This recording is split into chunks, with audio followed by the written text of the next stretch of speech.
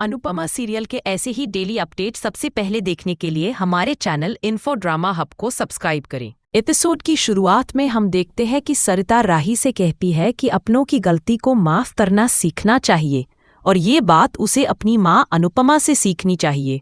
लेकिन राही तंज कसते हुए कहती है कि जैसे हर गलती की सजा नहीं होती वैसे ही हर गलती के लिए माफी भी नहीं होती, जिस पर अनुपमा चौंक जाती है और बाबूजी तुरंत कहते हैं कि ये बात गलत है क्योंकि सच तो ये है कि सबकी गलती के लिए माफी होती है, लेकिन सिर्फ अनुपमा की गलती के लिए कोई माफी नहीं होती। ये सुनकर राही हैरान हो जाती है। वह अनुपमा को हाथ जोड़कर वहां से चली जाती है और उसके पीछे प्रेम भी चला जाता है। अनुपमा सोच में पड़ जाती है कि उसे नहीं पता कि राही कभी उसे माफ कर पाएगी या नहीं, लेकिन ये भरोसा जरूर है कि वह हमेशा उससे नफरत भी नहीं कर पाएगी। इसी बीच अंश अनुपमा के पास आता है और बताता है कि उसने अपने दोस्त से बात कर ली है और भारती को उसके पास ले जाया जा सकता है।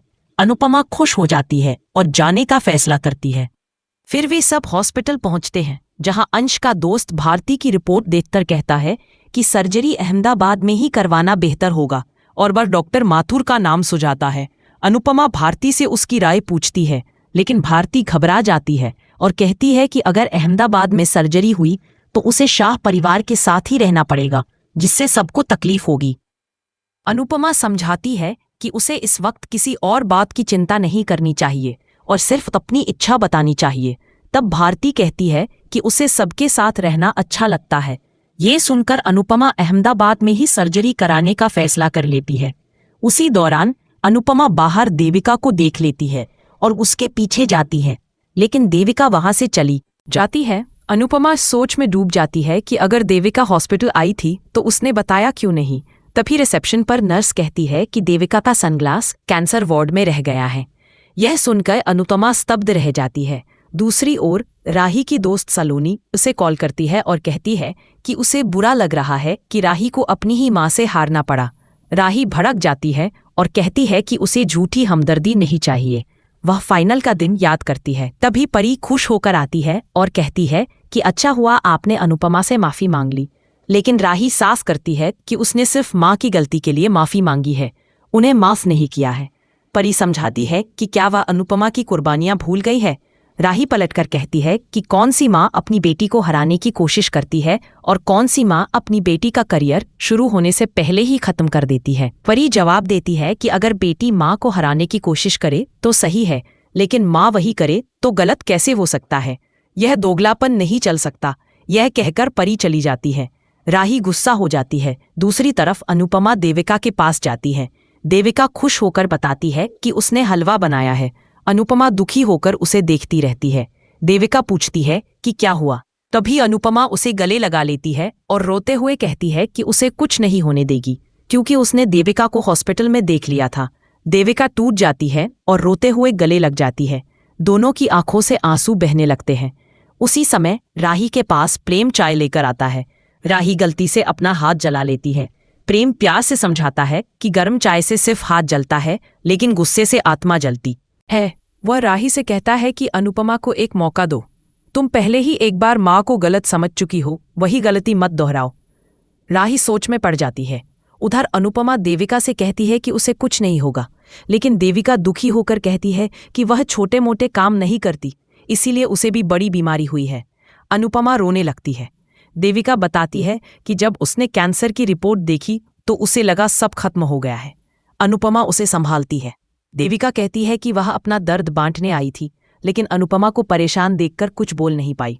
वह बताती है कि शादी टूटने के बाद वह अकेली हो गई थी, परिवार और बच्चों के लिए तरसती थी, अंदर ही अंदर घुट रही थी और वही घुटन अब कैंसर बन गई है। वह बेहद दुखी होकर कहती है कि उसे पता है आगे क्या होगा, लेकिन वह मरना नहीं चाहती, क्योंकि हर किसी को मरना होता है, लेकिन इस तरह मौत को सामने देखकर यह पल और डरावना हो जाता है। अनुपमा उसे गले लगाकर कहती है कि वह अकेली नहीं है, दोनों मिलकर लड़ेंगी और यह बीमारी उनसे भी लड़ेगी। वह देविका को याद दिलाती है कि वह वही देविका है जिससे वनराज शाह जैसे लोग भी डरते थे, जिसने हमेशा उसे संभाला है। फिर वह कैसे हार सकती है। अनुपमा कहती है कि जब वह खुद बीमारी से लड़कर स्वस्थ हो सकती है तो देविका भी हो सकती है। देविका पूछती है कि क्या वह उसका साथ देगी। अनुपमा कहती है कि हमेशा और उसे कुछ नहीं होने देगी। वे योगा करेंगी, आयुर्वेदिक दवाई लेंगी, मंदिर जाएंगी और मिलकर कैंसर की ऐसी तैसी कर देंगी।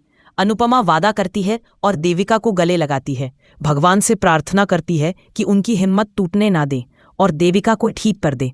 दूसरी तरफ ख्याति राही से पूछती है कि अनुपमा ने क्या कहा। राही कहती है कि कुछ नहीं। ख्याति उससे माफी मांगती है और कहती है कि उसने अनुपमा से भी माफी मांगी, लेकिन पराग उससे बात नहीं कर रहे हैं। घरवाले उसे गुनाहगार समझ रहे हैं। तभी पराग आता है, कहता है कि उसने गुनाह किया है और भगवान की कृपा से उसका गुनाह पाप बनने से बच गया, वरना अगर अनुपमा को कुछ हो जाता तो वही जिम्मेदार होती। तभी मोटिबा कहती है कि क्या अब आरती में भी अनुपमा का नाम लिया जाएगा। अनुपमा ठीक है और मुकाबला जीत गई है। ख्याति ने माफी मांग ली है तो अब आगे बढ़ो, क्या हम सब नाक रगड़कर माफी मांगे। प्रेम कहता है कि काम तो ऐसे ही किए गए हैं। मोटिबा उसे चुप कराती है और कहती है कि अनुपमा ने सब बर्बाद कर दिया है। प्रार्थना, आर्यन और गौतम को हमसे दूर कर दिया है, जिससे बिजनेस पर असर पड़ेगा।